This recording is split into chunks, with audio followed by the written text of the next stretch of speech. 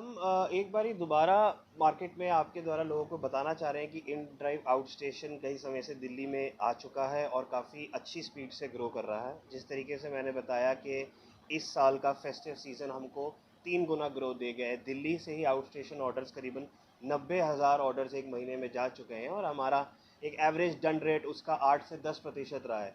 तो ये काफ़ी अच्छी ग्रोथ रही है हमारे लिए इस साल।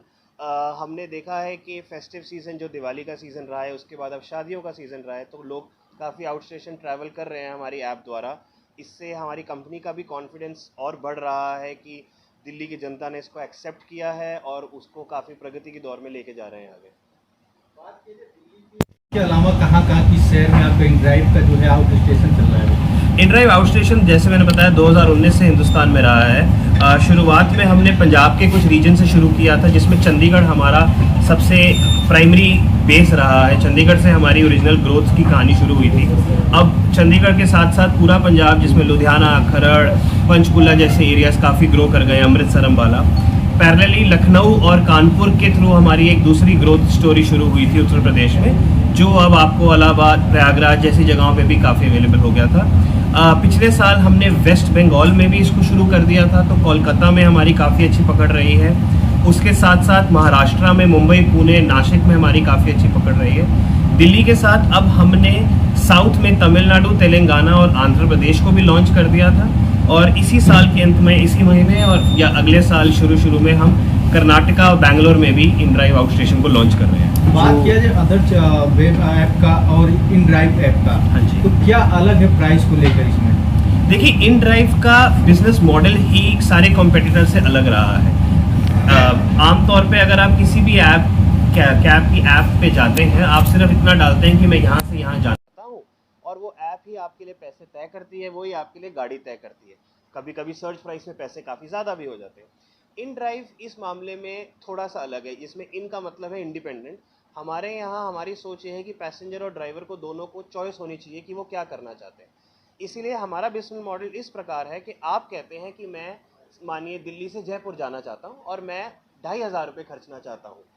वो क्या होता है, ये एक ऐप पे ऑर्डर बन जाता है और आपके आसपास के ड्राइवर्स को वो ऑर्डर दिखते हैं।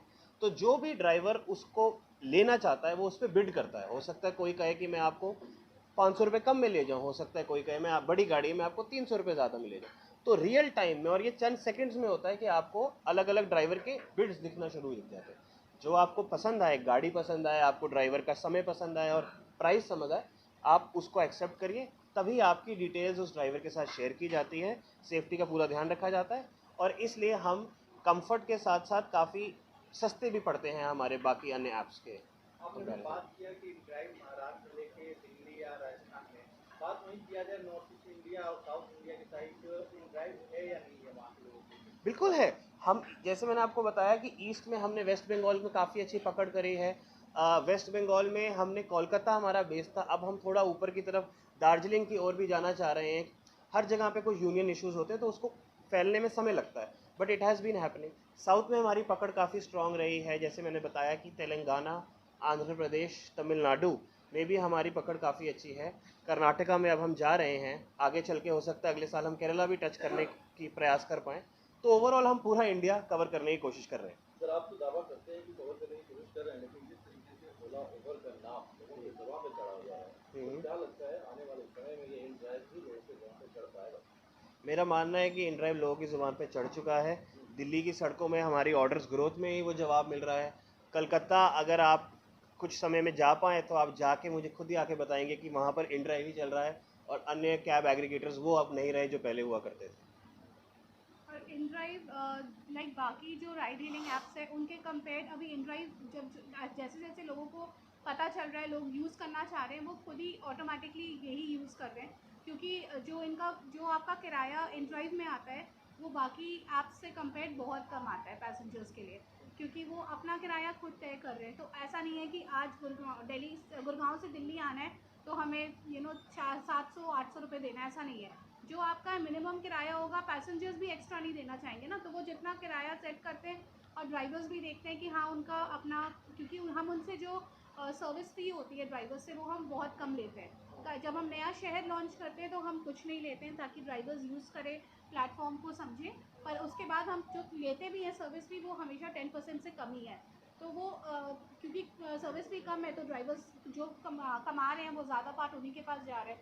तो उन वो ड्राइवर्स के लिए भी अगर वो 700 रुपये अगर इन ड्राइव के थ्रू कमाए और वही 700 रुपये कोई राइड का वो कोई और एप्लीकेशन से ले, पर उनको वो कमाई इन ड्राइव से ज़्यादा है क्योंकि बाकी जो ऐप्स है वो बहुत कमीशन काटता है। हमारे में सर्विस फी 10% से भी कम है, तो उनको भी ज़्यादा यहाँ से तो ड्राइवर्स भी प्रेफर करते हैं कि वो इन ड्राइव यूज़ करें, और पैसेंजर्स का अपना किराया कम है तो वो ऑब्वियसली उनको जहाँ 4 पैसे बचेंगे वो वही यूज़ करना चाहेंगे। Business development specialist for India out station. जैसा पवित्र ने आपको भी बताया कि इनड्राइव एक अलग तरीके की कैब सर्विस है जिसमें एक पैसेंजर अपनी प्राइस को ऑफर करता है, ड्राइवर उस प्राइस को बिड करते हैं। यही मॉडल हम आउट स्टेशन जो इंटरसिटी ट्रिप्स होती हैं उसमें भी इसको अप्लाई करते हैं। इनड्राइव आउट स्टेशन के बारे में छोटा सा इंफॉर्मेशन ये है कि कोई भी डिस्टेंस एक सिटी या शहर के बाहर की लिमिट्स या 40 किलोमीटर से ऊपर को हम आउट स्टेशन में गिना जाता है। और InDrive out station as a vertical जब से इनड्राइव शुरू हुआ उसके कुछ सालों के बाद से ही चलना शुरू हो गया था। करंटली ये मोर देन 30 कंट्रीज में अवेलेबल है और 2019 से इंडिया में भी एक्टिवली चल रहा है।